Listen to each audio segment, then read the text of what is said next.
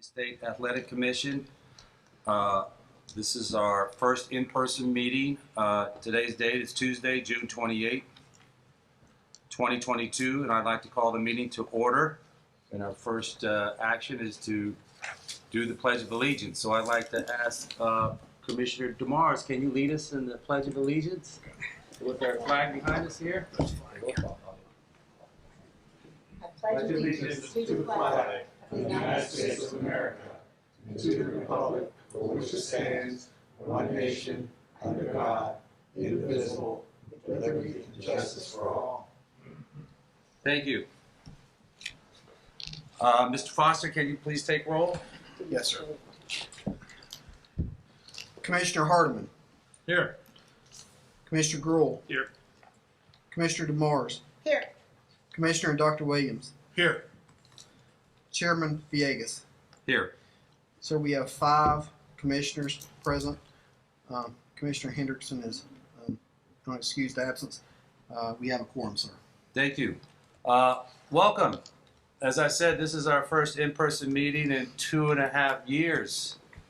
It's great to see everybody, and thank you for coming to Los Angeles. I'm excited to introduce many of our new commissioner members, and excited to keep this this commission to be one of the best in the world. So thank you for coming. With that, I'd like to see if we can get a motion for approval for the March 1st commission meeting minutes. So moved. Do I have a second? Second. All in favor? Mr. Chair, Are we roll for the approval? there should be public comment opportunity before the motion is Okay. Do I have any public comments regarding the March 1st, 2022 meetings minutes? No? Okay. Do we have to take roll on this? Okay. Can you call the vote? Andy? Yes, sir. Commissioner Hardiman. Aye. Commissioner Gruhl. Aye. Commissioner DeMars. Aye. Commissioner Dr. Williams. Aye. Chairman Villegas. Aye. Motion passes, sir. Unanimous. Thank you. Next, I'd like to ask for a motion for approval of the May 24th, 2022 commission meeting minutes. So moved. Second. Aye. Second. Any public comment? Hearing none. Mr. Foster? Commissioner Hardiman. Aye. Commissioner Gruhl. Aye. Commissioner DeMars. Aye. Commissioner Dr. Williams. Aye. Chairman Villegas. Aye. Motion passes unanimous, sir. Thank you. Our next item is an action item. It is the review and possible action on a petition to change the decision for DJ Navarro versus Ulysses Molina. The bout was on May 28, 2022 in San Francisco. Mr. Foster, can you give us an overview? Yes, sir. This and we have the video for the commissioners. This really comes down to whether the foul was intentional versus unintentional. The petitioner is seeking a change from a disqualification loss to a no contest. There's not any dispute over whether the foul occurred. The dispute is whether the intention of the foul. Included in the commissioner's packets is the Unified Rules of Mixed Martial Arts, as well as the summary from the referee who officiated the bout. So that's the overview. What page is the summary on, Mr. Foster? It's right after the petition for change of decision, sir. Okay. It's right here from David Shirley. Got it. David Shirley was the referee.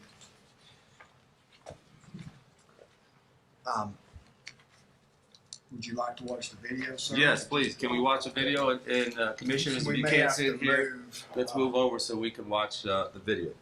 Hold on for a moment.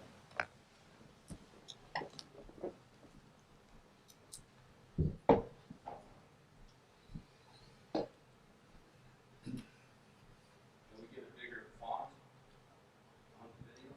There we go. Thank you.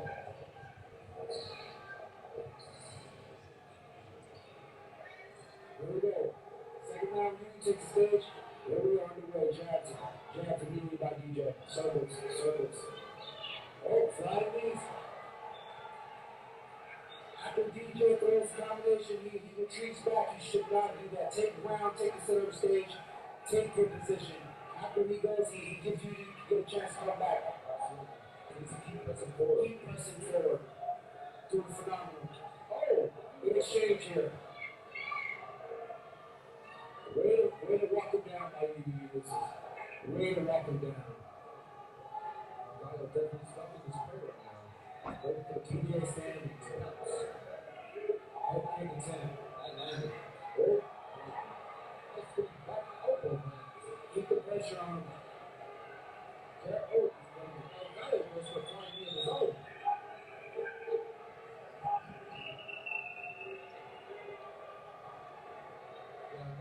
Definitely spending too much time on skills. Good squad by you.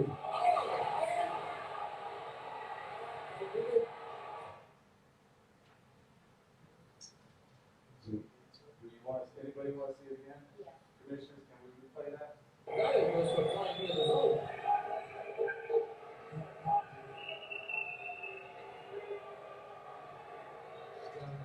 Definitely spending too much time on skills. Good squad by you.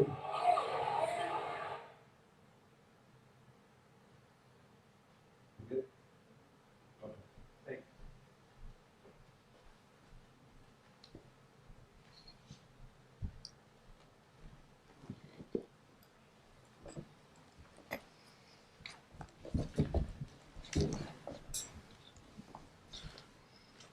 Sir, Mr. Zong Lowe, who is the promoter and the coach of Mr. Molina, and Mr. Molina are both here to present. They're the petitioners. Okay. Welcome them to come up to present your remarks. Can you please go to the podium over here? Is that right? Yeah. And thank you for coming. We appreciate your personal presence and coming to us to give your thoughts.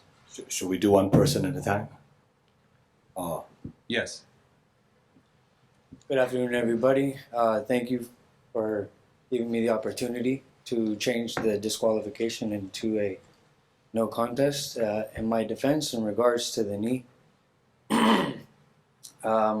first and foremost, I've always liked to pride myself on being a professional. I've always held up my end of the bargain. I've never been disrespectful towards any opponents. I've always showed up, made weight, respected the other end, and the knee was by no means necessary intentional. It was in the heat of battle. In the first round, I actually threw a knee to the body on the floor. In that moment, it was a very heated fight. It was going back and forth, and it was muscle memory. I was honestly aiming for the body. I felt his weight push up on me. I let the knee go, and I clearly missed.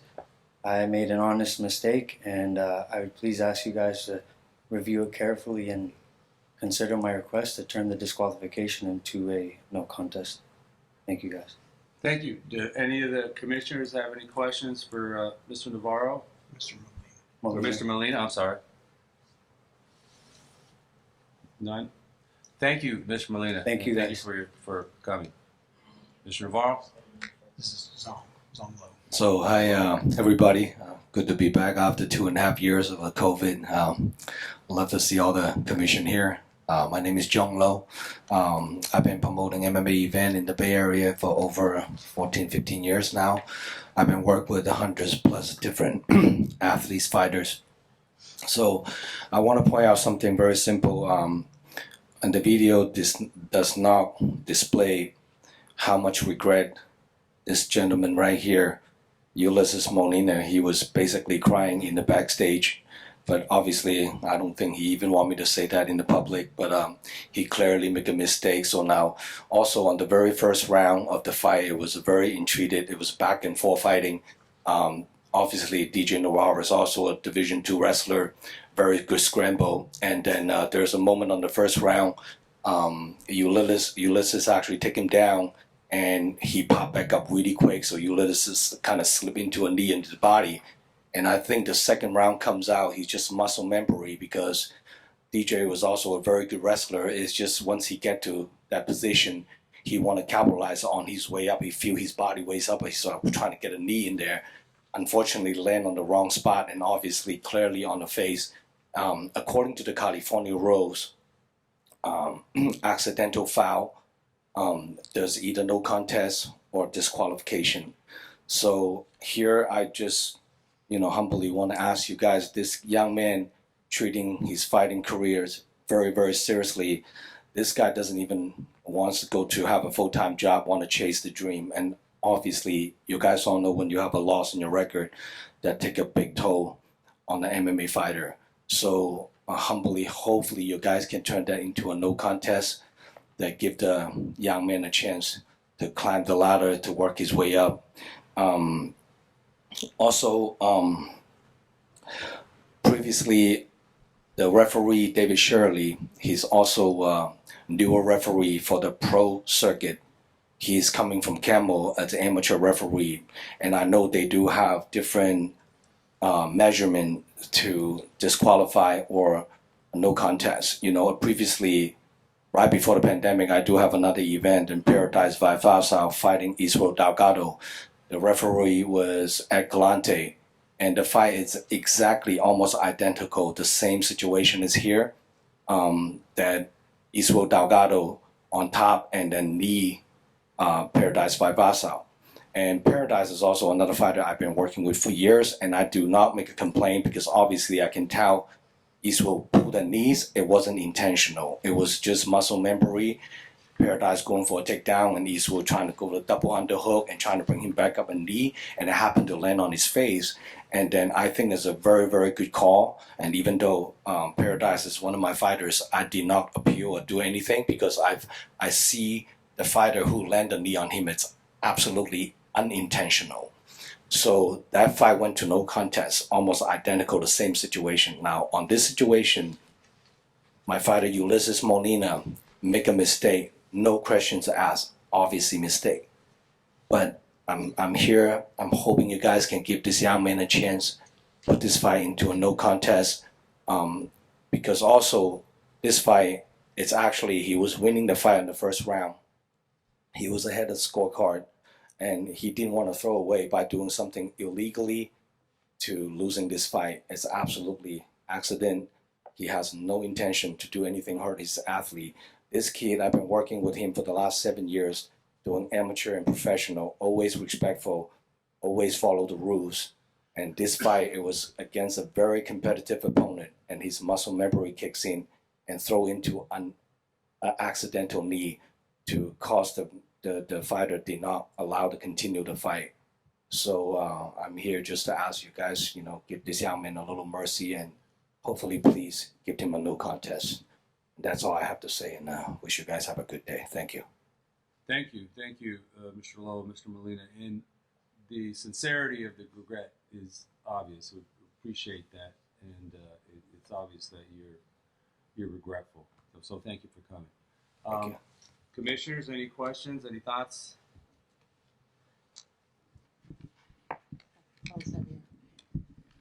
I do have a question. Sure. As far as changing a decision, there's supposed to be a question. There's, of course, criteria for that, right? Not just the judge was wrong or I didn't mean it. Right. And I am very sympathetic. I have broken people's arms before when I did not mean to do it, so I totally get you. But what you're kind of being asked to do is judge the intent of the person or their mental state, and I think that's kind of impossible to do. So when I look under the petition for the change of decision, it says there was a violation of the laws or rules and regulation governing which affected the result of the contest, and then you're asked to please explain what that violation was, and this part's blank. So on what grounds are you asking for that decision to be overturned? Just that you thought the referee was wrong and he didn't mean it, or? So part of it, first of all, this young man's never been to this kind of atmosphere, never dispute any kind of decision. So he was breaking down after the fight in the locker room. This is no lying. Swear to God. He was breaking down. He's like, why am I messed it up? I shouldn't mean to do that. I didn't mean to do that. He's crying in the backyard, literally in the parking lot. I have to pull this man out of it. So when I told him, it's like, look, follow the protocol. This is how the rule works. You need to file the paperwork and hopefully get appeal so you can explain what's going on. So I don't think this young man is very capable on paperwork in a way. I don't think he write it down clearly what he need to explain. And he didn't really explain to me like what paperwork come back to him and what he need to fill out. So I think that's just lack of a communication with him to doing the proper paperwork to explain what he trying to say. You know, clearly the referee make the right call. Obviously, there's nothing we can say, and then we're not here to dispute whether he did right or wrong. He messed up. He make a mistake. You know, so but the knee is absolutely unintentional. In fact, him and DJ Navarre, they've been talking about this fight for a long time. And finally, we put it together on May 28th, and they know each other. So they are friends, and they're still friends. So he is not intentionally do anything to jeopardize the fight and the win, especially the first round. Towards the half round goes through, he was kind of dominating the fight. So he know he's ahead. There's no reason for him to do something bad to throw the fight away. You know, so that's all I can explain to you. So on behalf of his part, I think he's very nervous right now. I mean, honestly, what he was supposed to say, he barely say half of what he's supposed to say to apologize to all the commissions and all that stuff. But I think he's just a very young man, nervous. That's all I can explain, Commission. Thank you. Any other questions? Comments? Okay, we have an action item, so I'll invite anyone to make a motion to overturn the referee's decision. I'll make a motion to follow the recommendation of our executive officer. Okay. Andy, can you state the recommendation just for our records? Yes, sir. And before I state it, let me just say, sir, while I state it, I don't believe that this was intentional in the sense that he meant to do it. I believe that this was very akin to the first fight between Aljamain Sterling and Peter Yan. Very, very similar situation, and it's a very similar situation whether you have Mark Smith doing it there, David Shirley doing it over here. If you have Herb or Mike Beltran in either situation, you might come up with a different outcome. The point of that, commissioners, is this is a referee call. It's referee discretion. The rules give the referee the ability to make this call. And as much as I respect Zong and Mr. Molina as the person assigning the referees, in my view, it would be it's not supportive of the referees to be trying to change decisions that's clearly within their discretion in a boardroom. So my recommendation is. Andy, sorry. Let him make his recommendation. I recommend that the referee's decision to disqualify Mr. Molina stand. Okay. Yeah. Thank you. So we have a motion by Commissioner Grimwald. Do we have a second? Second. Second by Commissioner Harden. Welcome your. So I have I don't know when David Shirley, wrote his statement, and after the event, I actually have a briefly talk with him, and I say, in this situation, I think can go either way. He's like, well, if you guys are on the meeting, you're more than welcome to give me a call. I can speak my 2 cents. And there is a possibility we can put David Shirley on the phone and very quickly and see, is that possible, Andy? No, our focus is when we prepare and train our referees on the whole totality of their responsibilities, this is one of them, to make sure that their paperwork is complete and accurate and fair and honest. And so they've been trained like that. If there's an issue where we think that may not be the case, then we'll take that issue separately. But in this case, no, we're going by his recommendation that he wrote down. So we have a motion. We have a second. Andy, can you? Sure.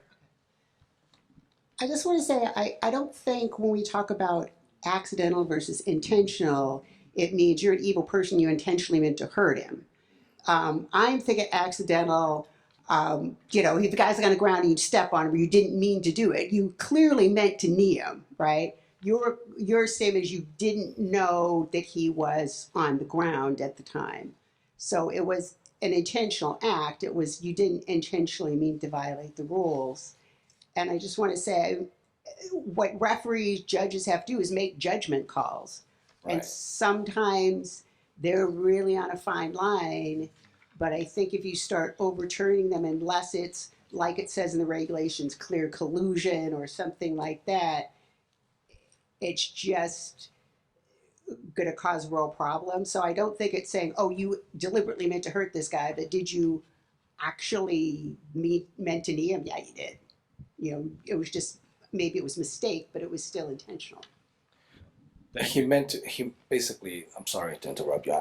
He meant to be knee on the body because in the angle on his way up is basically when they go down, he was on the way up, his hand was holding on to Molina. So he probably assumed when he going for the knee, he assumed he's getting it up and he's trying to knee on his body. Yes, it's meant for the knee, but he has no intention. The rule's a rule. He understood you can't be touching the knee in the face when the ground the opponent. But the angle, he did not see whether his knee is still there or his knee's off the ground. In the first round, they have a fight. He actually did knee him on the body, and he pops up really quick. So I think it's just muscle memory, absolutely not intentional to knee him in the face while he's grounded. Okay. Thank you, Mr. Love. I think we have enough information to take roll for the vote. We have a motion and we have a second. Andy, can you? Mr. Chair, we should call for public comment for any other individuals present who wish to make public comment that haven't spoken yet. Okay, thank you, Mr. Swenson. Any other individuals would like to make up public comment? Okay, thank you. Mr. Foster? Okay, sir. Commissioner Hardeman? Aye. Commissioner Gruhl? Aye. Commissioner DeMars? Aye. Commissioner Dr. Williams? Aye. Chairman Villegas? Aye. Motion carries. 5-0. Motion carries. Thank you. Mr. Lowe and Mr. Molina, thank you very much for coming. The sincerity of your regret is obvious, and we understand that, but we have a structure and a process that we will comply with. And hopefully, obviously I think we'll learn from your mistake, an honest mistake, but please know we welcome you to fight in California. You're a good, honest up-and-comer, and we welcome to see you in future fights here in California. Okay? Thank you. Okay, next is item 6, the discussion and possible action of creation of a pension plan for mixed martial arts and athletes.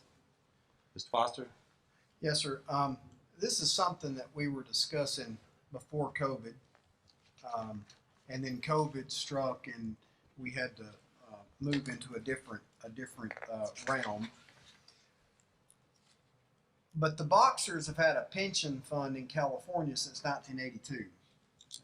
Mixed martial arts fighters have never been able to participate in that, and obviously that would take legislative action. But one thing that became very apparent during COVID was we have to figure out a way to stabilize revenue for our pension funds. Our pension funds are entirely reliant on two revenue. They're reliant on our ticket fees at 88 cents a ticket, capped at $4,600 per event, and they're relying on the investment income from Raymond James to help the pension fund grow. COVID exposed some harsh realities that when there are no events, the pension fund revenue as well as the commission support fund revenue crashed.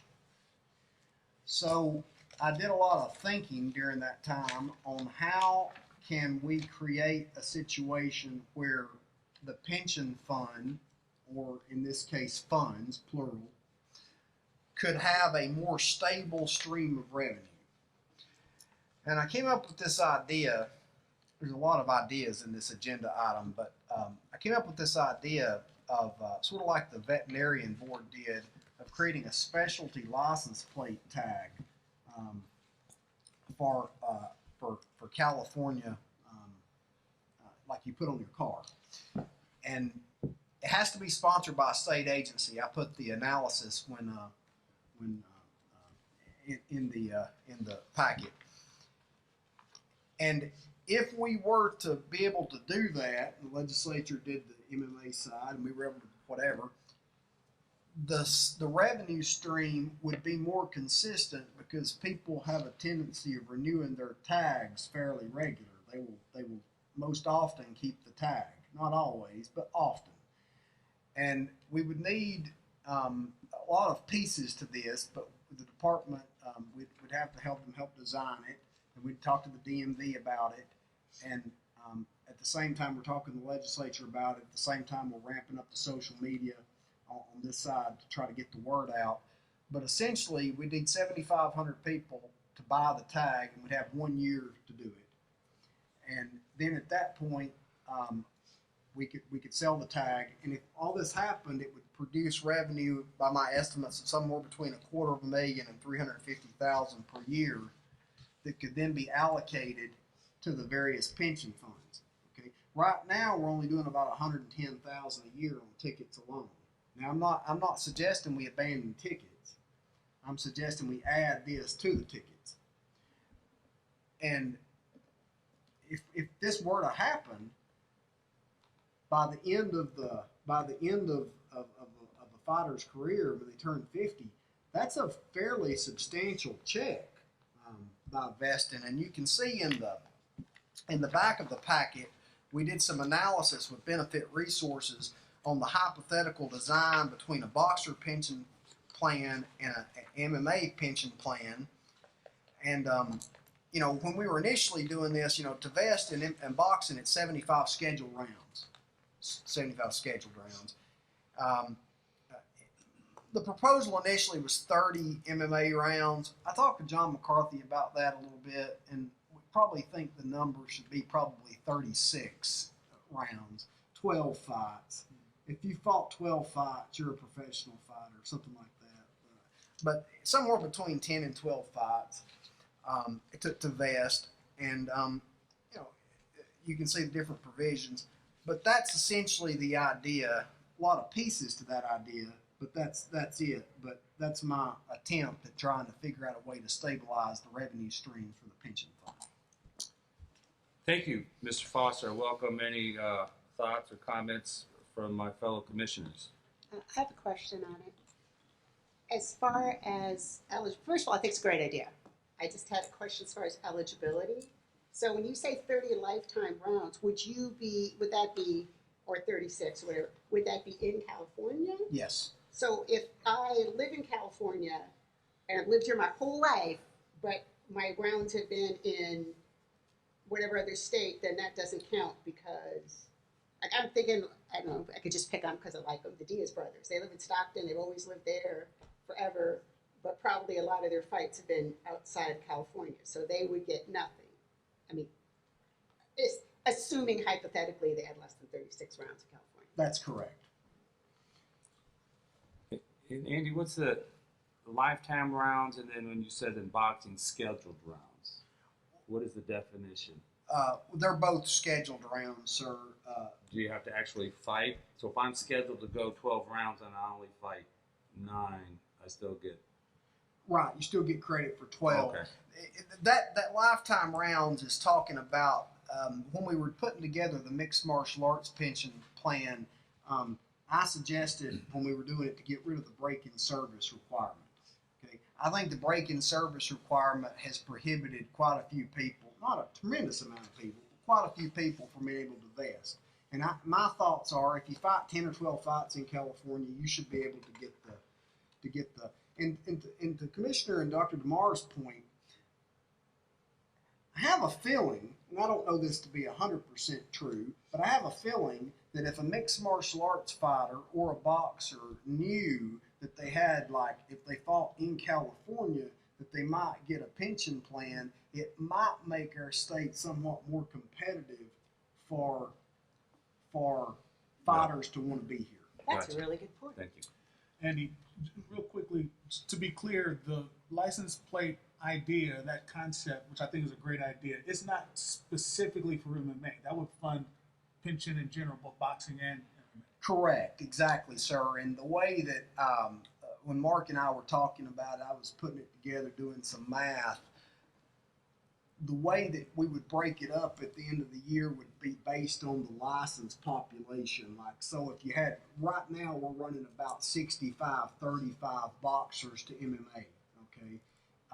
So you would split it up a little bit by that point. And while we're doing it, commissioners, since we get one crack at this, I might want to try to add kickboxing and Muay Thai into the group as well, just so Right. we get one crack at the bite at the apple. But that way, all the folks have something when they turn 50 years old. Thank you. To the chair, what is the steps you have to take to, as a commission, begin having a pension for a mixed martial artist, and then what steps would you need to move forward on the idea for the customized license plates? Okay, so the license plate idea, there's two things. The first part is, for the pension fund, we'd have to have legislation. Okay, the second piece of it for the license plate is, the license plate doesn't require legislation anymore. It requires a state agency to sponsor it, but then we have to have 7,500 people to want to buy it after we get the design and all that. I'm not sure exactly how long that takes, sir, but I've asked the department to help me and see if I can get a meeting, and they've always been super helpful, so I'm sure they'll help me get a meeting. And 7,500 people would have to buy it within 1 year. Within 1 year, sir. Okay. Thanks. And I guess the other question I have is, you mentioned in the beginning of the conversation that right now there's for boxing, there's an 88 cents per ticket with a cap and an amount. When were those numbers set, and what action needs to be taken if the commission wanted to change those caps? Sir, I think Roy Engelbrecht could probably speak to this a little bit better than I, is when the last time it was changed. But it seems like it was changed in 2006. Okay, that's to the best of my recollection, 88 cents. If the commissioners wanted to change it, it would change. It would be a regulatory change. If the commissioners, and I've thought about this, and I'll give you my thoughts since you asked about this particular provision. If the commissioners wanted to change that, I'm not sure if I would recommend changing the 88 cents as much as I would changing the cap, because the cap would affect large promoters that can better afford it, better Absorb it. Yes, that's my thoughts. Thank you. Yeah. Commissioner Harder, any thoughts and questions? No, I think you're heading in the right direction. Great. I think this is a fantastic idea, much needed. California leads in so many areas.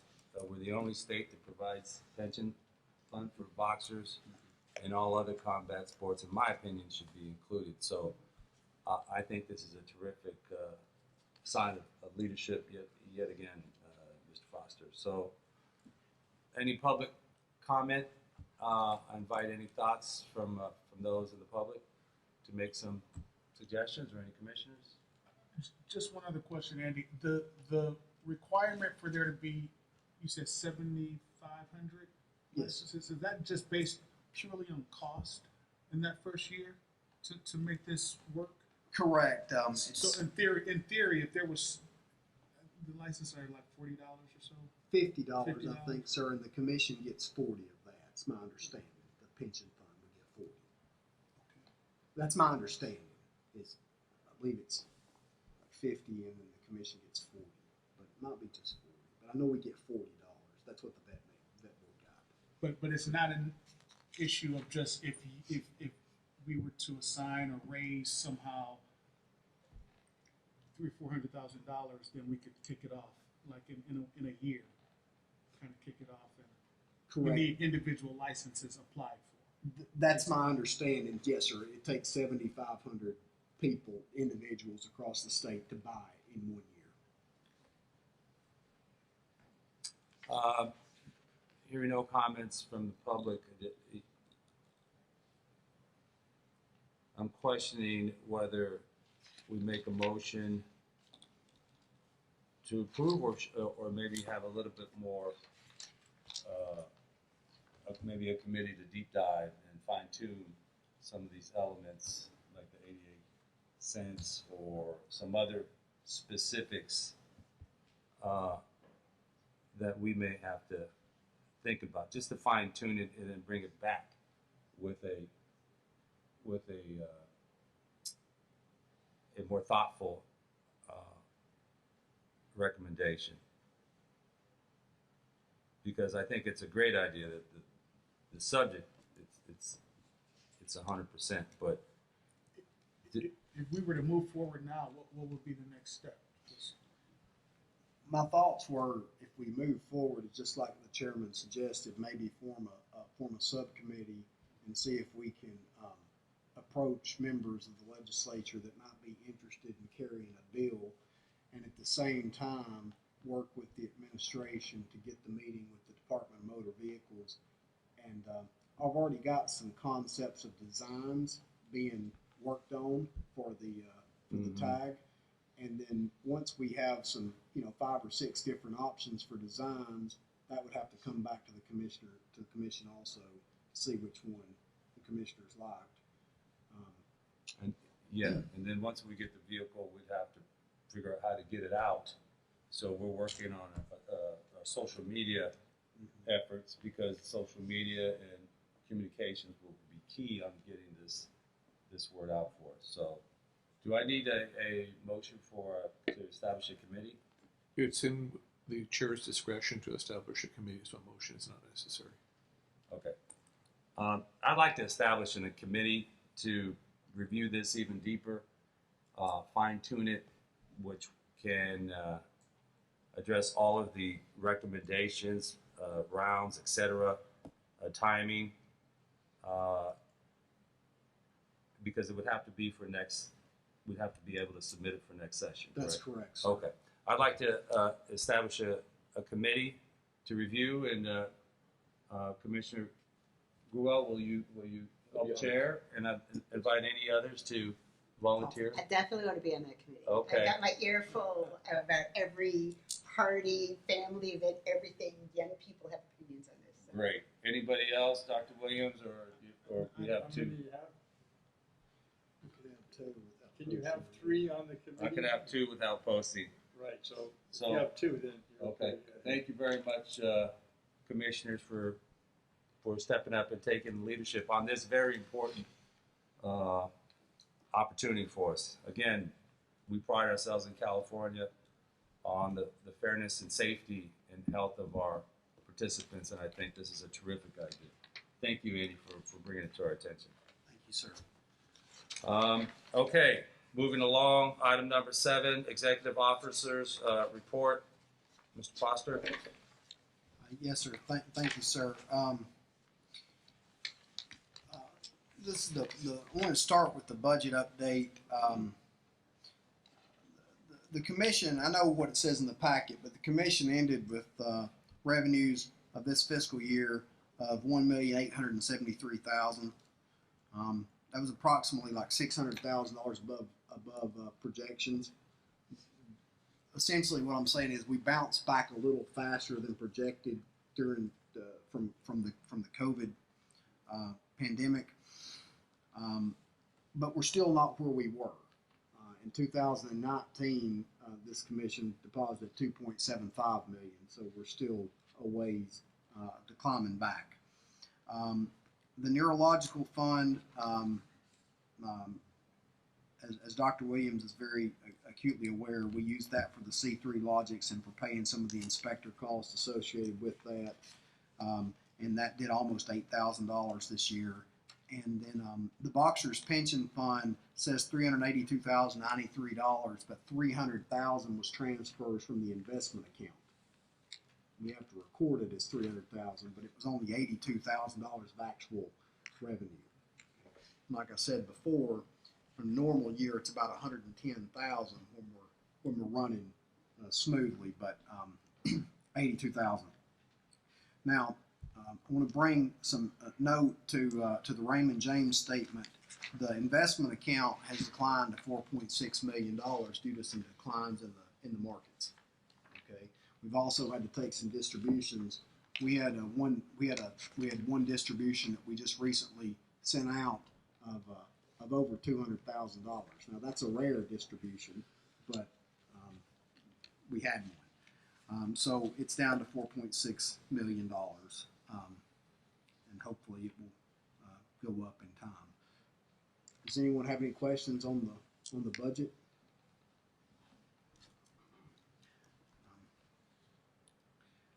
Okay. On the report on the pending and proposed regulations, we're working on the dehydration and rehydration regulation. And essentially, in a nutshell, what this regulation says, its text is basically, look, if you gain more than 15% from weigh-in to fight day, we consider you have just cheated. You're not in the right weight class, and your fight's going to be canceled. And by the way, your opponent's getting paid. So it's essentially what that regulation says. And then the pension plan regulation, as I mentioned earlier about the last topic, there was a proposed language to remove the break-in service requirement for boxing. So we've been working with the regulations unit, who's been very helpful at the department with us on that particular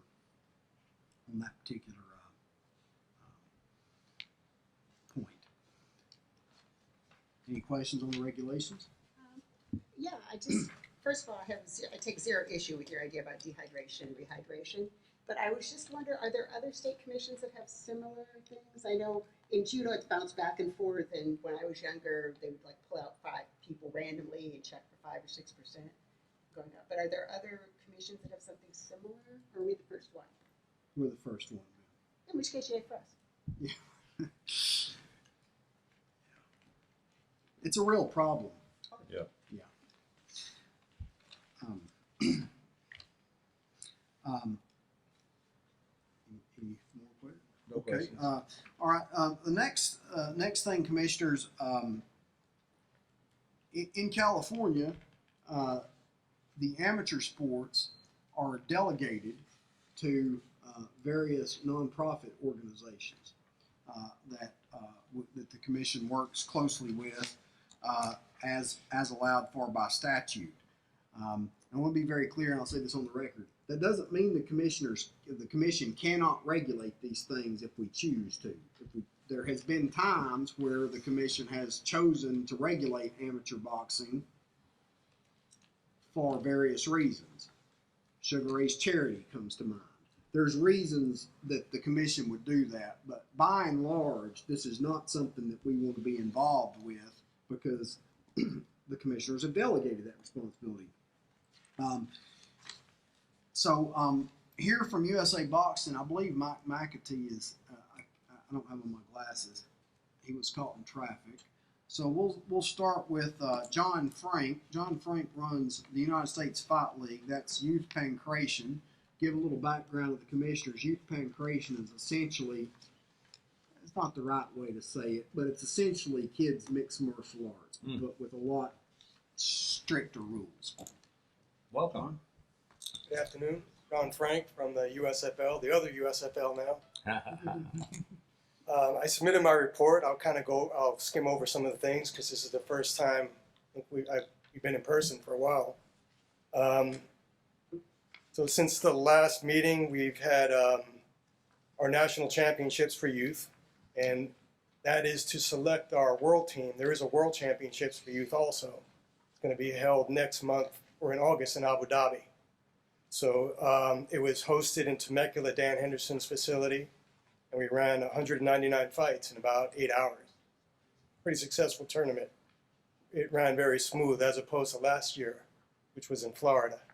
So I'm happy to announce that. As a habit, I announce all the recorded injuries that we've had for each event. So for the national championships, we have the 5 injuries, all orthopedic type injuries. In addition to that, we had an event in Epic with San Diego, a camo event, where it was essentially a team from Tahiti they brought in and competed against a team from the U.S. And that included youth also. We registered and licensed them the same way we do it for the U.S. kids. So there's a process for them to be able to fight. They basically get a membership or a license. They send in their birth certificate, an annual physical. Their parents are provided concussion education materials, safe sport materials. So we do that for all of them, including these fighters. But there was just 3 fights, no injuries in that one. And then since I submitted this, there was an event in San Diego. It was an all-female MMA event. And almost all of our promotions in California are mixed in with camo. So it'll be a pre-show with the kids, and then the adult MMA will fight later. So this was a 10-bout female, all-female event, and the first 4 bouts were youth. No injuries in that one. The total, since we've been a delegated entity in 2014, I keep a log of all the injuries that have been submitted by the post-fight evaluations. So 3,146 exposures, actually plus 8. That constitutes the amount of bouts times 2 because there's 2 athletes. So for each bout, you have 2 exposures. And I have a list of, there's 40 injuries. We haven't had any type of ambulatory or emergency ambulatory, so it's very safe statistically, even though it looks violent. The statistics is very safe. Some of the projects we're working on with that, and this started years ago, where there was interns for the Andrews Orthopedic Institute. I don't remember what it was called, but it's a very established orthopedic foundation by Dr. Andrews. He's assigned to the NFL. He assigns the teams, and there were actually his fellows started a study for us. So they get all these results, but they haven't published anything yet. And it's been about 6 years. So now they're moving on. Maybe the University of Texas is going to publish a study on the actual injury rate for the youth pancreation. So I know there's a lot of people that are interested in that. Along with that, we have a character development program that the Claremont McKenna College has been working on for 4 years. 2 years, COVID kind of stalled it, but it's basically a program. They're going to develop an app where the youth fighters use, and it'll be a requirement where it's focusing on the 3 R's: respect, responsibility, and resilience. Something that we have to tie in character with the combat sports and kind of have a captive audience. So it's a very good concept. World Championships, as I mentioned, is coming up in August. We're selecting the team from the qualifiers. Most of them, are from California. And something new, we also are now tasked with selecting the adult fighters with IMAF. We don't have any type of regulatory responsibility, but we basically recruit fighters for the IMAF, the International Federation. And we just had the Pan Ams a few days ago, or last week it ended.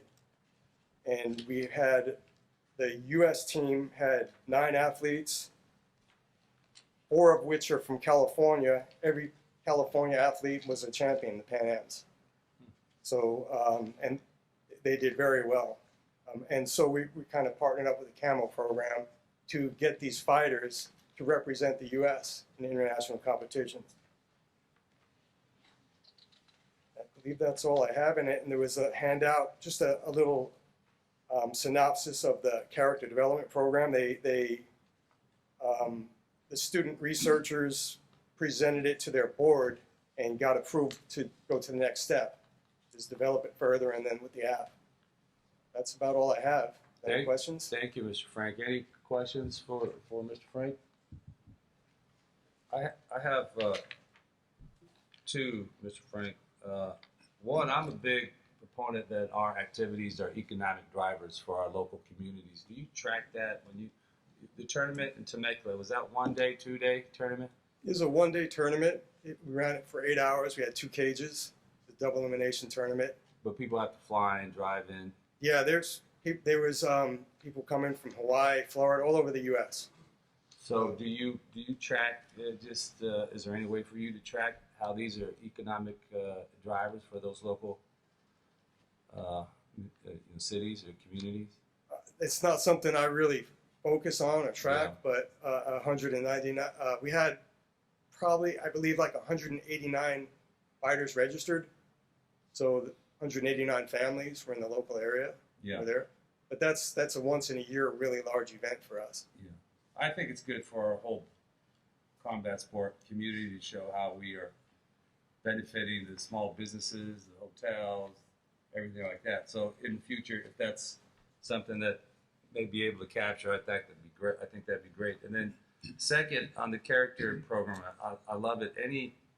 Because you're 8 years old to 16 years old is the number, right? Do you do any requirements on grades? Do you track their grades? That's something that I really, really want to do because I know what their grades are, and people would be shocked. Most of the kids that participate are honor students. So I really want to push this study, these researchers to do that as well. But right now they're focusing on the building this project, and then after, I'd like to track their grades. It's something that I thought about. Maybe they would have to upload a report card or something to be eligible to compete. But it's hard to get the parents to upload the requirements that we have now. So asking for something else. But it's definitely something that's been on my mind since we started this. It's important that we use this to build better kids. That's the whole idea. That's why I'm doing this. Great. John, just first of all, I think you're doing great work in terms of the research, collecting information, and monitoring the numbers of injuries and what have you.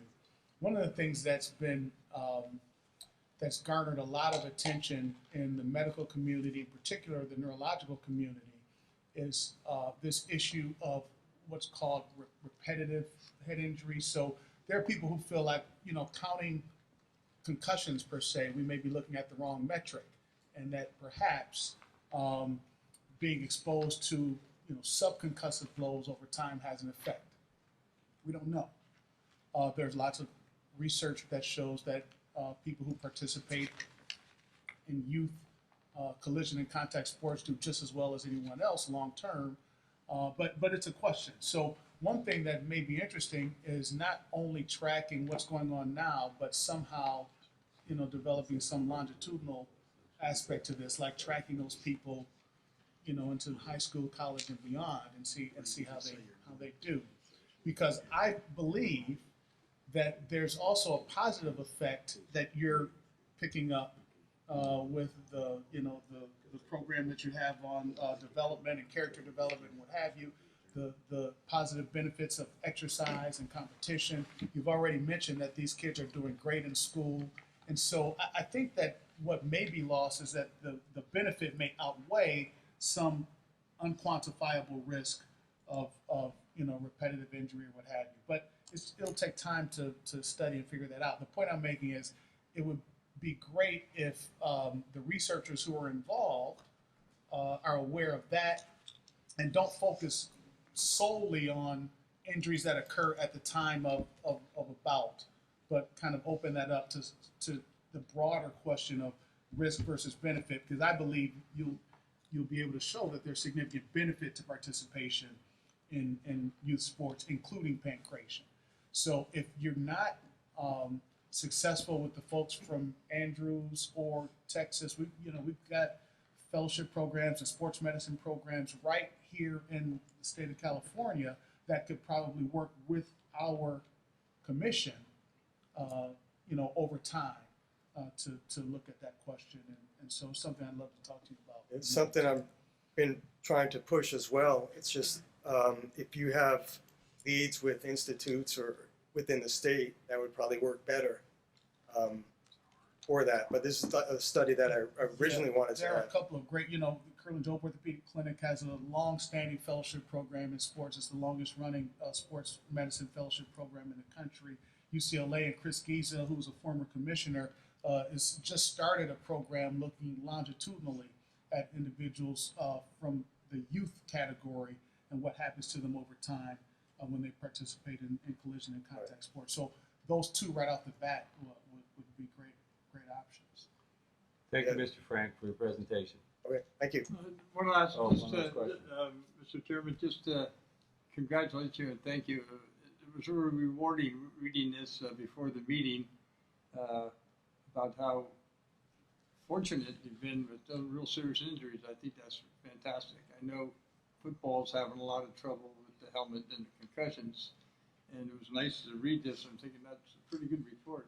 Right, thank you. And I'm a huge proponent of youth sports. I coached when I was, my kids were younger, and seeing the development of kids that I had from T-ball through 8th grade, like in baseball, and how much they, some of those kids, that was their favorite thing in life was sports. And I think you have it's not football, baseball, basketball, it's fighting and boxing or martial arts. And for somebody like you to do that, thank you. And to me, the most unsung heroes in the country are coaches. I don't care what they are. What they're coaching, they're all underpaid. It's so rare that they get to the top and make any money. And I know like cops and firemen that devote so much time in San Francisco, where I'm from, watching them develop the young kids and having all these different types of sporting programs. So thank you. And how's financing? Where do you, how does that look for you? Or This is the first year we weren't in the hole, so we're looking good. First time ever. okay, congratulations. Thank you. Thank you. Thank you, Mr. Frank. Mr. Chair, next we have, I saw him come in, Mike McAtee. I think he's got Ethan with him from USA Boxing. Great. Welcome, Mike. Thank you, Chairman, and apologize to everyone. Being from Kansas, obviously the traffic here in LA, I'm not in Kansas anymore, so I apologize for being late. Our apologies to you.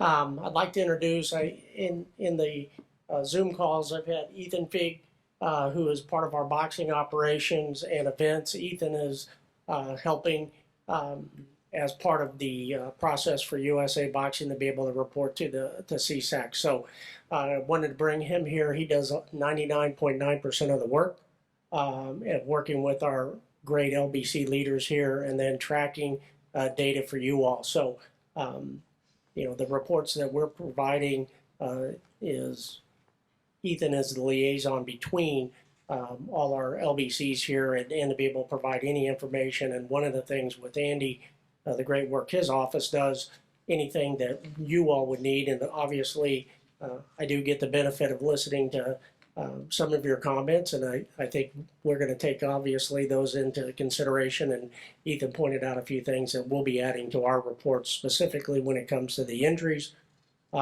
Like other amateur combat sports, our injury rates are extremely low compared to other sports. And we've actually published them in our parents' guide. We are refreshing them for 2021. And those will be provided not only for California, but the whole country. But I can tell you that boxing, amateur Olympic style boxing, we do not even rate in the top 10 of the CDC when it comes to injury rates for children. So we're very proud of that. And I think a lot of that comes from the history of USA Boxing. I think you've seen from our report the different certifications, and just to highlight here for the state of California, we had 986 certifications conducted in the first 3 months of the year. So our report is just the quarterly report. I think if you all remember the last Zoom, we had our end of the year. So we're on good track for 2022. Our first quarter, not only did we have 24 events, and then we are moving forward in the sanctioned events. I can tell you here in the Los Angeles or our Southern California LBC is growing exponentially. So we are definitely California or Southern California LBC is the largest in the country. So we went from hardly any events here in California to leading the country again. So we're real excited about that. Highlight a couple of other things.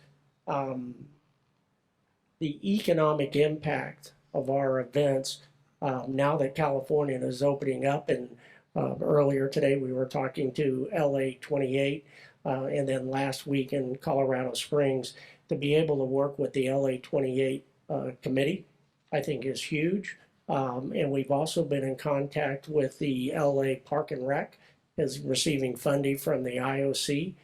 They actually have a gym in East LA that is not being used, so we've reached out to them to be able to start a program within East LA through the Park and Recreation. So now that it seems like the country we're moving through COVID, that we'll be able to engage a little bit better out here in California. Mike, is that the Hollenbeck Gym in East LA? Yes. With Danny Hernandez? Yes. Okay. I'm pretty sure it is, because they said that the ring is there. It's an established club, and it has a long time tradition. Great, good. So I did talk to them. The nice part about that is that's a commitment all the way through 2028, a certain amount of funding to be able to grow grassroots boxing, starting at, they're actually targeting 5 to 15. Boxing, we don't start until 8. However, they also have a component for adaptive boxing. I can tell you that USA Boxing has hired a grant through our foundation. We're starting an adaptive boxing program with experts from the Paralympics, USOPC, and then, but a lot of it is not going to be competition at first. It's going to be fitness focused and inclusion. And so we actually have hired a consultant who has worked with other para sports that will be developing, and because of some funding opportunities here in California, and specifically through that program, we believe that we'll be able to start a program here within the next year. So those are a few of the highlights. The other component, it was brought up about education, and it really not highlighting young people. Our foundation committed this year that we will be funding $50,000 worth of scholarships across the country to either bachelor's degree, associate's degree, trade school, master's degree, or even doctorate programs for USA Boxing members.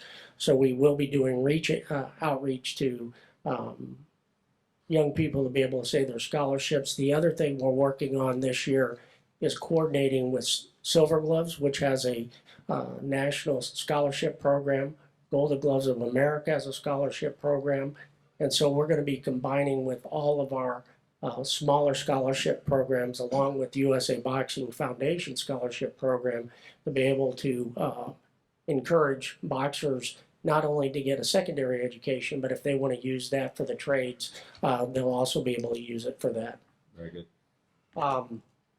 With that, just wanted to, last meeting, had some information in regards to the Olympic Games in 2024, and then also as we move towards 2028, which obviously is very, very important to USA Boxing, the state of California, and the USA.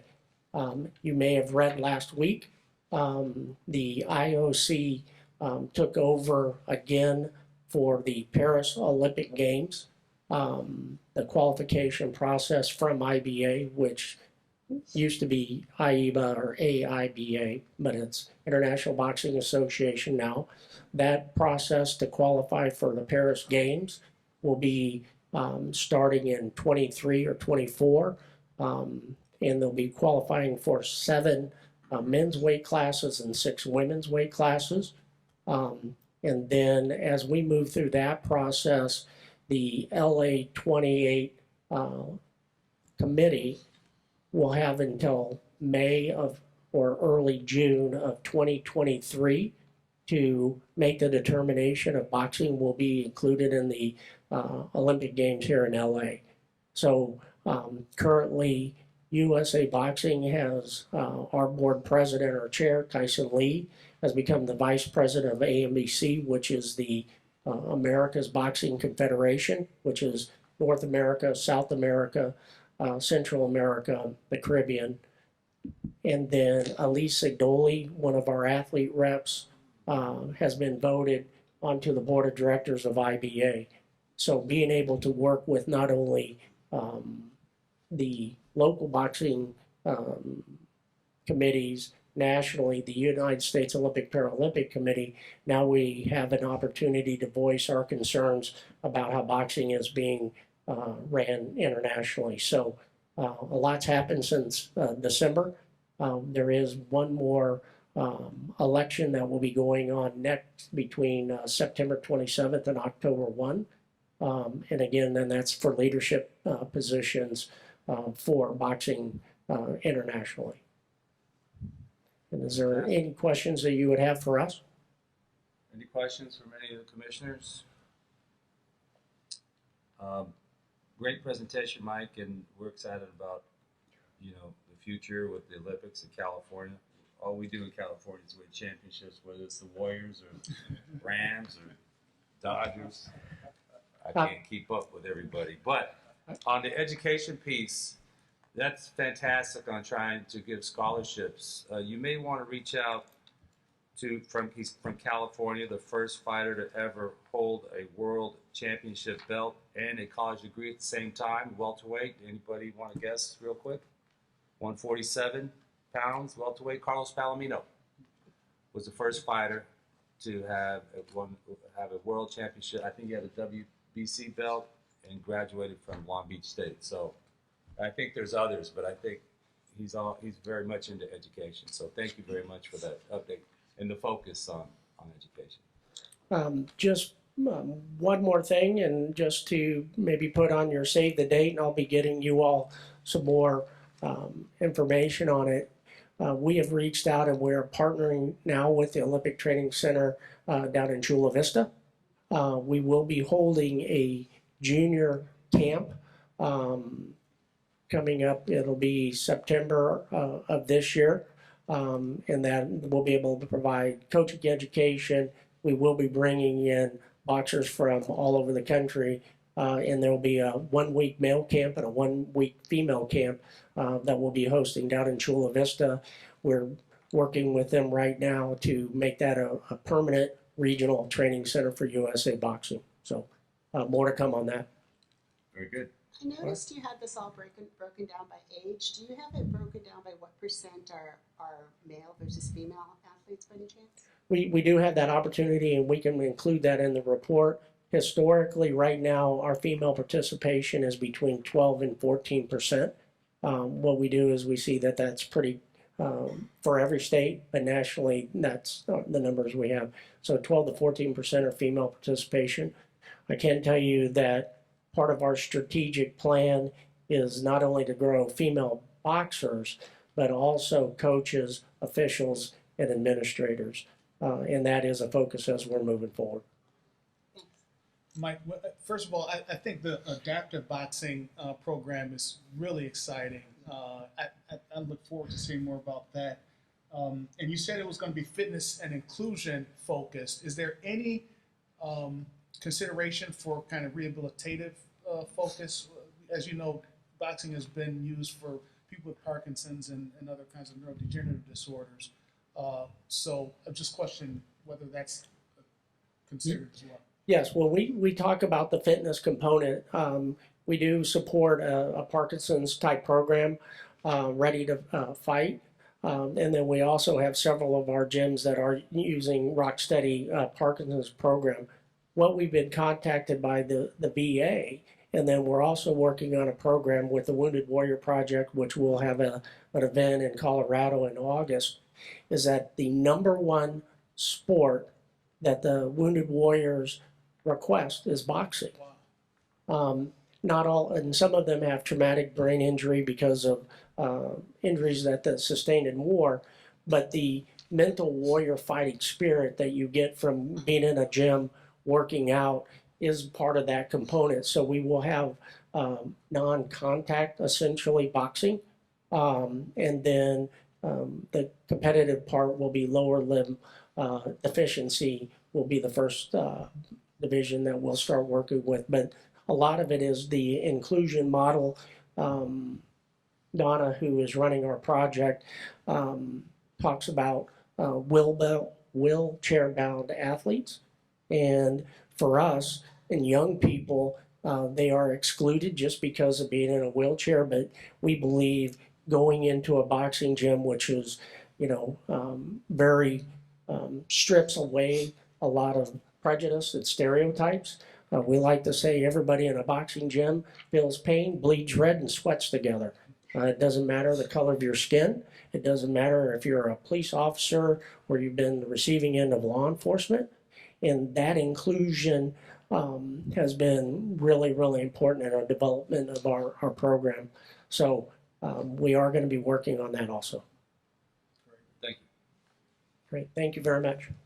Yes, I'd like to congratulate you on making this so easy for a commission and anybody else you do business with to read your presentation, the performance event summary, the expenses, the fee schedule, all that breaks down very easy to understand. Thank you for that. And it looks like you're doing a great job. Thank you. That's all. Ethan does all that work. So Right, that's the best way to do it, pass it on to somebody else. Never take credit. Right? Thank you. thank you very much. And again, I apologize for being late. No worries. Sir, next we have Tony Fossum from the International Kickboxing Federation. Yes. Do you want to take a break? Hello, Commissioners. I'm delighted to be here with you today. I know that you have a copy of the report that we submitted, and before I review that, I just wanted to go over a few highlights of the IKF as well. I certainly look forward to the day when I can stand up here and tell you that we have thousands of dollars in scholarship funds and are looking to go to the Olympics. I can't wait for that day, but for right now, I'm going to focus on the highlights of what we're doing here in the state of California. And the IKF was founded in 1992 in July, which actually means that next month is our 30-year anniversary. We're very excited about that we've been regulating the sport for that long. IKF California is very strong. It's actually one of the strongest states for us when it comes to kickboxing and Muay Thai, both for amateur and pro. So with that being said, the first quarter of this year, we sanctioned 10 events. The second quarter that we're going through right now, we also had 10 events on our books, and we already have 15 events on our books for the third quarter. Fourth quarter is already filling up as well. So I know that we all had a big slowdown when it came to COVID, but I'm excited to say that we are coming back strong. Not only in the state of California, but of course all across the world. But like I said, California is one of the strongest states for us.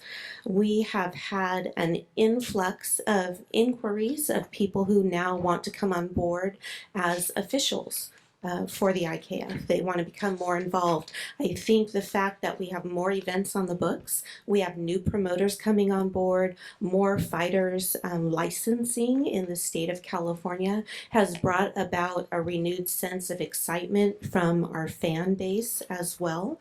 and more people are just wanting to become involved in the sport. And ultimately, a lot of times, the people that start out in the amateurs, their main goal, of course, is to work their way up to the professionals to be able to work with you guys, the State Athletic Commission. So currently our teams that we have in place, we have a very strong Southern California team, a very strong Northern California team. We're actually trying to look to build a Central California team of officials because we do have so many new events coming on the books. We do need more officials on hand, which is an exciting problem to have. And the teams that we do have in place right now have actually been complemented multiple times from fighters, trainers, and promoters as well on their efficiency in fighter safety and also the cohesive working relationship that they have. Very positive attitudes we have coming out of all of the events that are going on in California now. I wanted to just touch base a little bit on some of the comments I heard from the gentlemen that preceded me, both of them. And one of them was talking about the financial impact that this sport can have on the state. Right now, we have our largest tournament that we put on is actually in the state of Florida. It's called the Ikf World Classic. And it's coming up in July. We still are open for registrations, but we already have over 300 fighters registered from 6 different countries. And we are looking to actually bring a similar event here to the state of California. We would definitely like to do that. Bring in amateur fighters from all these different countries to this state and hopefully have the same economic impact out here that we do have in Florida. So that's something that we would like to discuss further at another point in time, perhaps next year. We would like to bring that back. And then when it comes to the safety of the fighters, the report that we turned in, of course, mostly has to do with bouts and decisions and TKOs and medical suspensions and that, so on and so forth. You can see everything is delineated pretty clearly there. But what I do want to acknowledge is that in looking at the medical suspensions here, I actually view that as a sign of diligence and protective measures on the part of our ringside physicians and our referees. They are doing a fantastic job of keeping our amateur fighters safe because, of course, fighter safety is number one, and we want them to be able to continue in their careers so that they can become pro if that's what they choose to do. Another point I wanted to bring up is that we are being diligent in making sure that all of our trainers of our junior fighters are going through the heads up concussion certificate protocols, and we do keep track of those as well, making sure that all of those trainers are educated because obviously that's an issue as well. Let's see, I think other than that, I have nothing but praises, of course, to say for our officials, our teams. I think they've been doing a wonderful job. The IKF prides ourselves in being strict regulators, and that doesn't always make us the popular kid on the block. But I will say it does make us one of the top-ranked sanctioning bodies when it comes to Muay Thai and kickboxing and fighter safety. So I'm very proud of that. One of the mission statements of the IKF is that through adherence to and enforcement of the rules and regulations, we strive to make competitive kickboxing and Muay Thai fighting safe and fair sport for all. And that's something that we will continue to strive for, as always, something that I'm very proud. I think that we're doing a good job of right now. So other than that, we do have the report here. If you have any questions, I'm happy to answer them for you. Thank you very much. Ms. Fossum, Yes. I know you deal with me, but we're gonna talk with the commissioners present because I have a few concerns, and we're gonna talk about them together in front of everybody. We can't have so many bouts on the fight card. We just run 18 this past weekend, amateur fights, and we run 4 pro fights, and it's wearing the officials out. Mark Reyes did a whole lot of fights that day. Okay, so my suggestion and more or less what I'm telling you with the commissioners present is we got to reduce that down. Okay. I would suggest, 13, 14 bouts. That's about what Dennis runs when he's running. I think that's right. But once we start getting into the 20s, it just wears the officials out. It's too many. The inspectors are there all day, and that's a lot. Number two is, we've talked about this before, I'm real big on those headgear. Yes. Okay? Certainly would like to hear Dr. Williams' view on that, but I'm not certain myself what having 3 or 5 fights or whatever between amateur and pro, what it does for you. If you have 3 fights, you can suddenly take the headgear off. To me, when I was coming up, a headgear symbolized an amateur fighter, and when you took the headgear off, that was a pro fighter. That's what it looked like to me. Now, me and Mr. Fossum had this conversation for years, going long before. But I am a big believer in those headgears. If for no other reason, they protect with cuts. If for no other reason.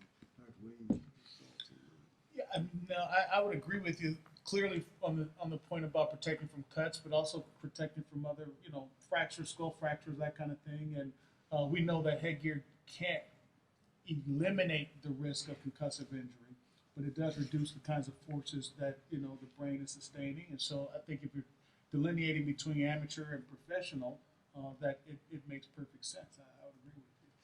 So let's work together on getting some kind of plan to where we can, and maybe you come back at the next meeting and we can talk about what we're going to do with the headgear, because to me that is a big issue. Okay. That's been an issue that I've been watching, and I've been attending some of Dennis Warner's shows, and I've been watching, and so that's a thought. Another thought that I have and I want to talk about is we've got to work more.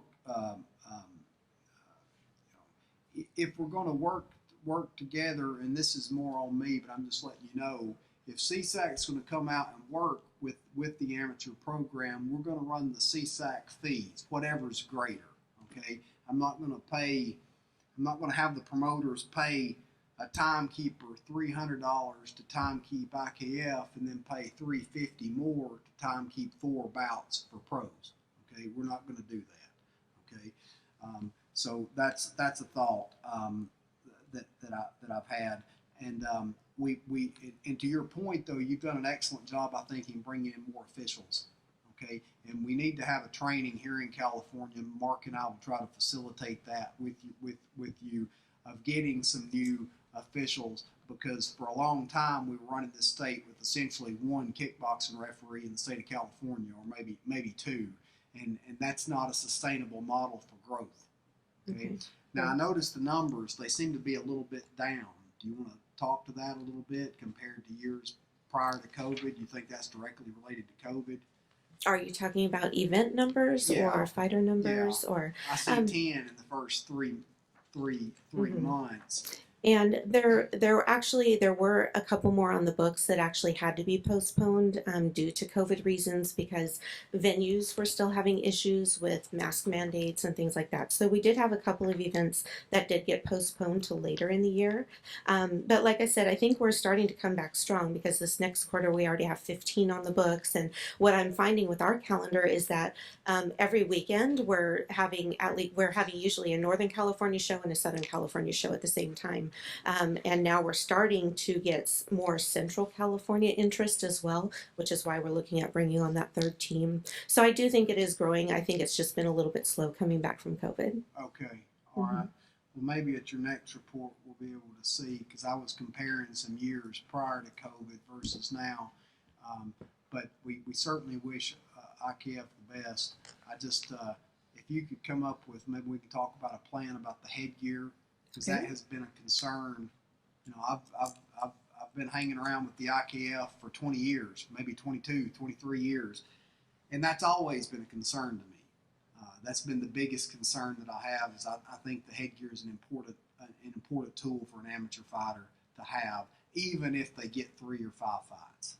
So in your interest with the headgear, are you of the mindset that all amateurs should have headgear until they turn pro? Yes. Or is it lengthening the number of bouts before they're able to take it off? I would defer to our medical committee on the lengthening piece, Okay. but I do believe that amateur fighters, I'm just of the opinion that they should wear, when it's a striking art.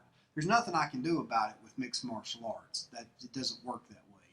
But when it's a striking art and the goal is to concuss the brain, I think it's a good idea to put a headgear on. But I've read the studies that say it doesn't really help. I'm going to defer to Dr. Williams and the medical staff on that. But I know for a fact it helps with cuts. I know it does it bad. Okay.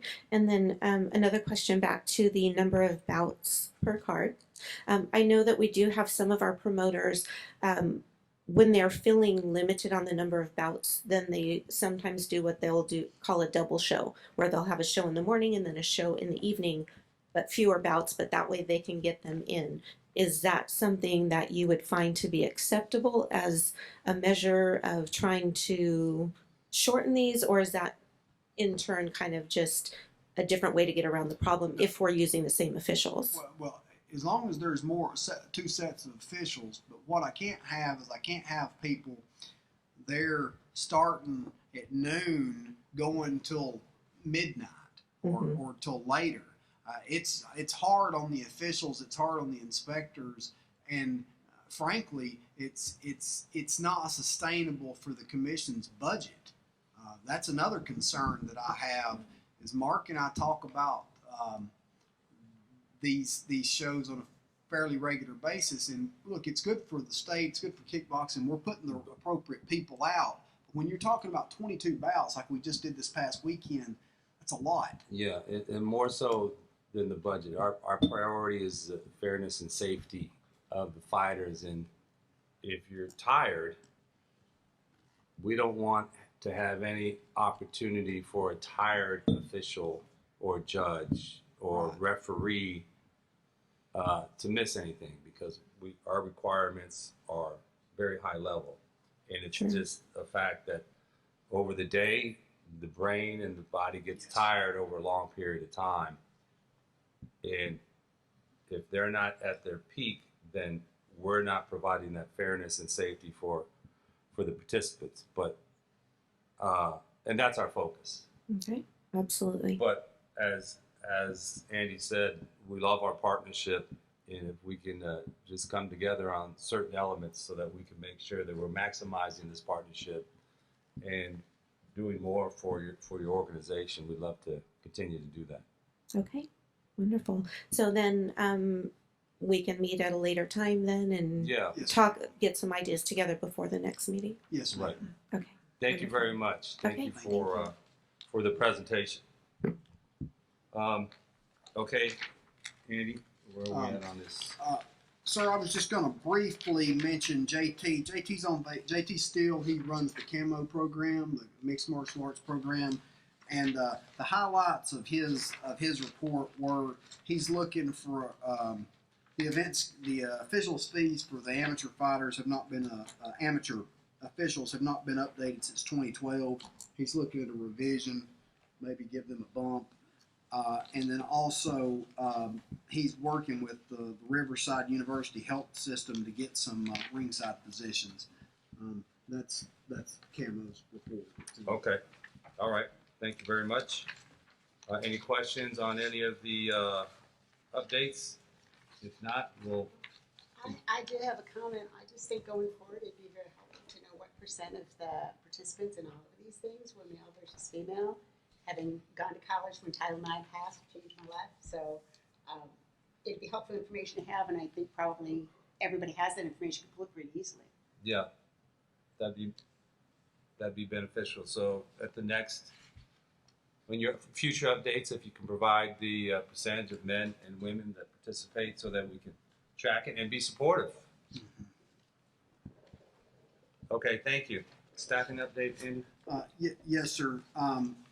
The commission's operating the office with 5 employees, counting myself now, and we have Mark Reye obviously in the field. Those are the commission's full-time staff, Lee and Patricia. We just recently hired back Claudia Ron. She wanted to come back. I know some of you have met all of these folks. we just did an inspector hiring. During COVID, we had several of our inspectors move to different states, retired, did various things. So we just did an inspector hiring. Mark hired, I believe it was 10 new inspectors, some up north, I think a few down south, and we just went through that. But I'm cautious to ramp up too quickly. We have to ramp up at appropriate levels. On the upcoming event schedule, I would point out a few dates.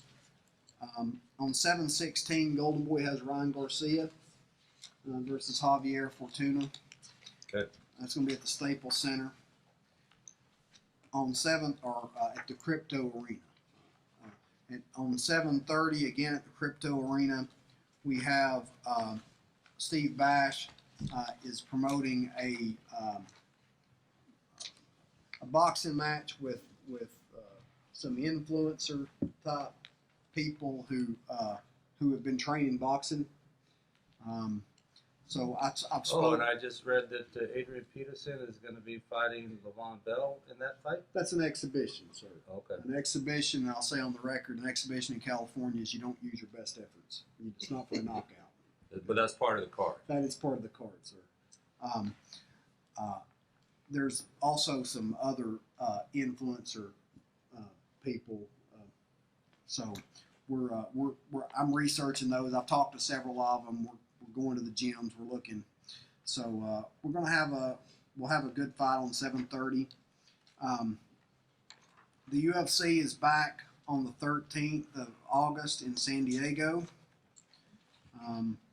So that fight might be of interest to some. Tom Brown is having Ruiz versus King Kong Ortiz on 9/4. That's a Sunday evening. That's a Fox pay-per-view, and that's going to be at the Crypto. So I would maybe suggest we should come to any of them, but those are the big ones that are on the horizon. We have a few more that are not totally put down yet. We have Top Rank is also returning, and they have some stuff at the Pachanga Arena coming up. That's the 20th of August. I believe they're going to have Muhammad Ali's grandson on that particular card.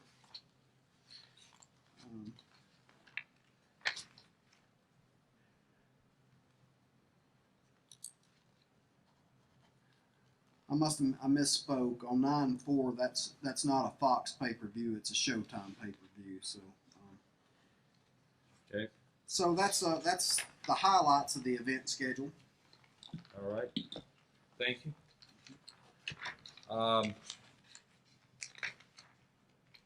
Okay, thank you for all of that. Now I'd like to open it up to public comment on items not on the agenda. This is an opportunity for anyone to bring up any matters or issues they'd like to put before us. Yes, sir.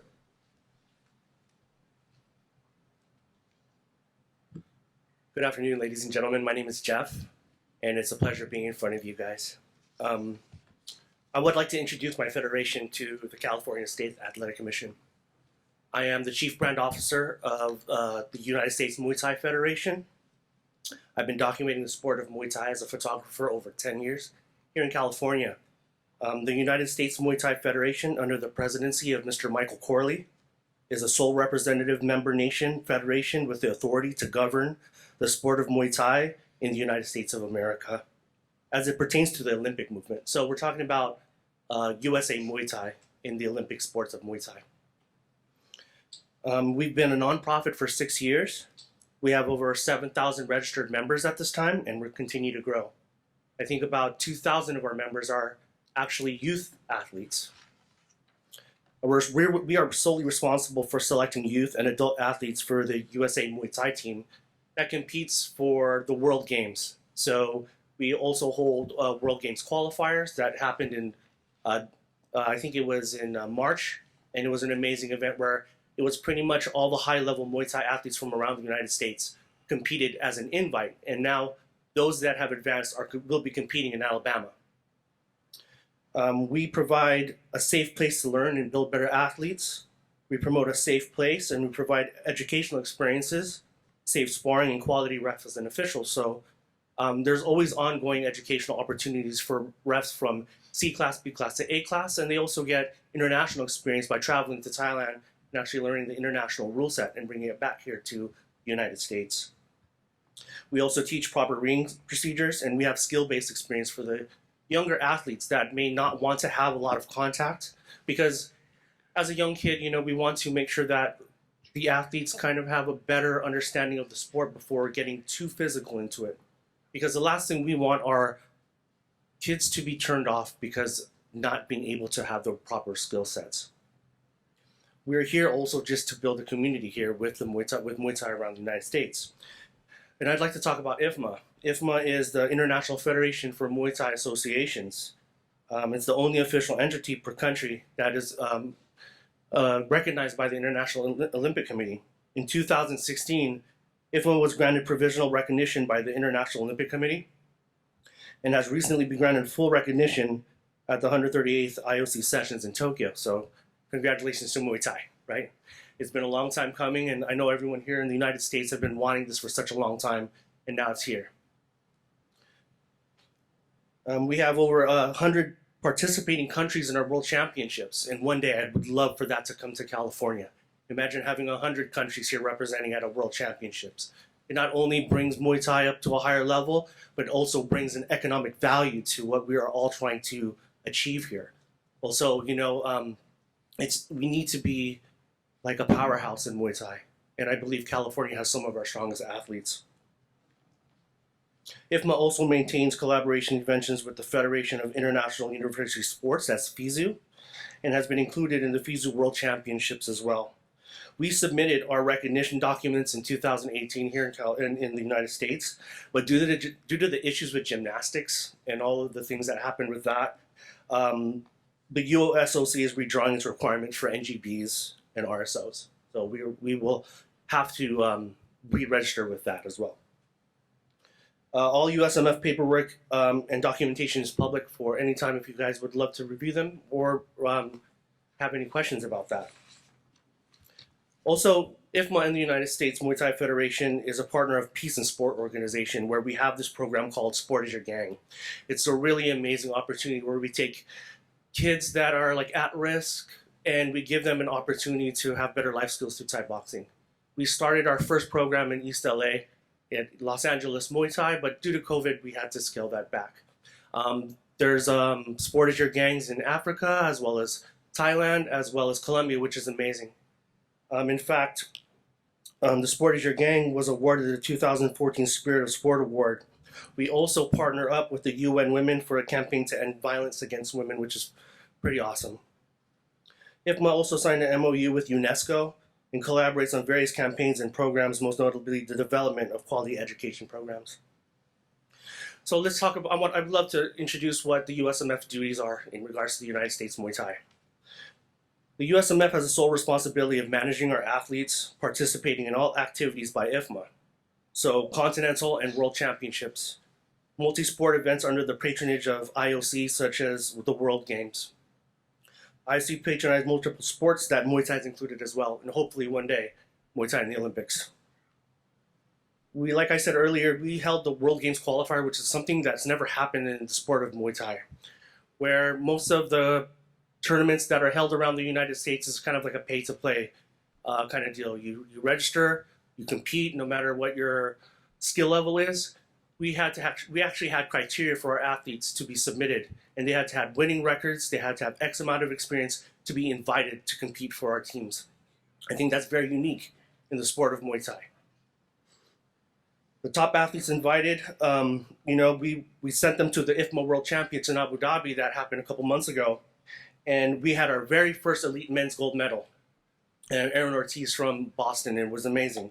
We had our youth gold medalist, Tiara Brandt from Arizona, and we had a silver medalist named Angela Barr from Minnesota. As you notice, there's no Californians here. So we need to make that change, and I want to make that change with you all. One day, we're going to have, we actually have the World Games in our backyard. And it's a shame that we weren't able to get tournaments here in California to help with qualifiers, regional qualifiers, southern qualifiers, East Coast qualifiers. And that's something that I have a big vision for, a vision that where I can have Muay Thai all over where I live, and do it with Olympic style Muay Thai. Yes, there's Muay Thai here through different sanctioning bodies. It's amazing that we have a platform for pros and amateurs, but unfortunately we don't have the USA Muay Thai like Olympic style Muay Thai here in California yet, and hopefully that will change. For the future, I would love to have a national championships here.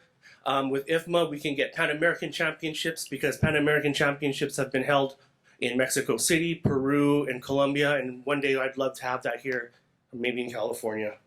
Regional qualifiers, like I spoke about, we are still providing Olympic-style Muay Thai opportunities. We would love to have that in California for youth and adult competitions with CSAC. North American championships one day where we can invite Canada, Mexico, and the United States and the Caribbean to all compete to see who's the best Muay Thai athlete here in North America. We are also continuing education to create high-level judges and officials, and we're here to build a better community for our athletes. I want to thank you for your time and for listening to me and having me here speak in front of the California State Athletic Commission. Thank you very much. Thank you. And Muay Thai is an incredible sport. One question before Mr. Chair, the Beg King Open Meeting Act prohibits discussion of items that are not on the agenda. So this is a forum for members of the public to address the commission, but the commission may not discuss or act on any item. Thank you. It's like the fourth time I've been slapped on my hand. That's all right. Good. Thank you, though. We'll follow up later. I'll have a question. Yeah, I'd love that. Thank you very much for your time, ladies and Okay. gentlemen. Thank you for your comments. Welcome. Anyone else? Please. Hello, it's good to be back. My name's Dennis Warner. I'm a martial arts promoter. Actually hold the longest license for martial arts since 1996.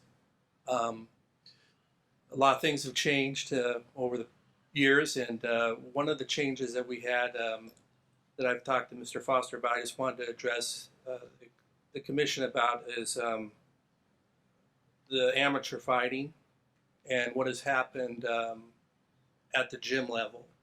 At the gym level, there used to be in-sparring competition, but it was done in a ring. Unfortunately, the California Athletic Commission ruled that that was an amateur fighting and banned it. That was probably around 10 years ago.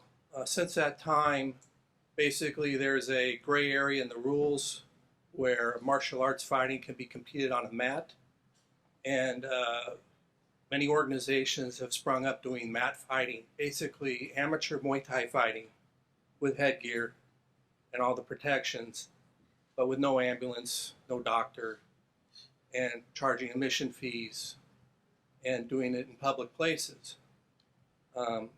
So this is a problem that needs to be addressed or needs to be researched. I don't know what the solution is, but I know there was safety with the smoker fights, they used to call them, which were in gym competitions, and now it doesn't seem like seems like a money-making proposition, really, not necessarily what was done in the past. The other suggestion I had, which I'd also like the commission to think about, is the records for these fighters. Very important to have records that are real. And I know Mr. Foster instituted Pro Muay Thai to go through BoxRec, like the Nevada State Commission has since I was promoting there since 2001. In a 3 to 4 year period, we'll have real records for these amateur fighters. It takes a while, just like the professionals. We just started this, so a lot of the guys that I submit, they're 0-1 or 1-2 or 3-1, even though they've had a tremendous amount of fights. But I do think that that would be something that would really help is maybe the commission's going to bring on more sanctioning bodies, but at least the records will be funneled through one source. And I really think that that's really needed for the growth of Muay Thai. The other thing I don't know if I can mention this, is on the dehydration. It would be nice, because California is the front runner in this, and it's a great concept and idea for the health and safety. But if we could somehow put this on more display on the fighter application, because I know there's a lot of confusion with fighters that are coming in from out of states. Once they fight here, they understand it. But even me, at my last show, we had some confusion with a guy made weight. And then I asked the official, I know they're going to reweigh, and if it goes over 15%, you red flag them, they go up they can't fight at that weight class. Evidently, one of the guy was right at the level. I know Andy probably knows the fighter I'm mentioning. It was Spencer Mix, and the fight was allowed to go. It was a good fight. It went the distance, but it just causes confusion, and it would really be great if we could put something on the fighter application that definitely spells out that rule, that the 15% dehydration rule, so the fighter, as he signs it, knows about it. And same thing with their corners. Thank you so much. Thank you. Thank you very much, everybody. Now I'd like to go into closed session. Sorry, we have one more. My apologies. Well, we have a few more. Thank you, ladies and gentlemen. Some of you may remember me from the previous meeting in November, where I expressed my interest in becoming a professional boxing referee. My name is Cameron Frizzell, and wanted to introduce myself once again in person and get out from behind the computer, since we are allowed out and about now. Recap, in the letter that I sent Mr. Foster, and before, I've been with USA Boxing since 2017. I currently ref to date 299 bouts. Since then, I was fortunate enough to meet Tom Taylor, you all know, and he's been guiding me and a great blessing and mentor to me thus far, and helping me in my journey. We've been doing some training and working together, and he's given me his permission to use his name today and giving me positive reviews. But as I stated before and in the letter, I will be taking Jack Reese's Sole Arbiter course in September. I'm looking forward to that and everything that has to offer. And just going forward in the future, if there's a opening or training or anything available, I would love to be considered. And my age, experience, and a little bit of help from Commission and Tom and everything that I have to offer, I feel I could be a valuable asset to the boxing, athletic commission, and have one involved for many years to come. Other than that, thank you for your time. Thank you. Do we have any others that would like to make public comment? No? Okay. Thank you. Then I'd like to go into closed session, so I'd like to ask anybody who's not on the commission or staff if we can exit the room, because we'd have to have a proper conversation.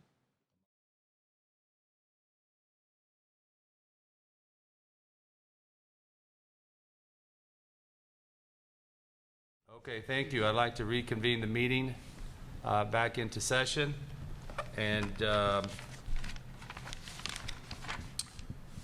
announce that our next commission meeting will be Monday, September 12th, 2022, location to be determined. Is that right, Andy? Well, yes, sir. Okay, then I'd like to announce our adjournment. Thank you. Did I get it done before?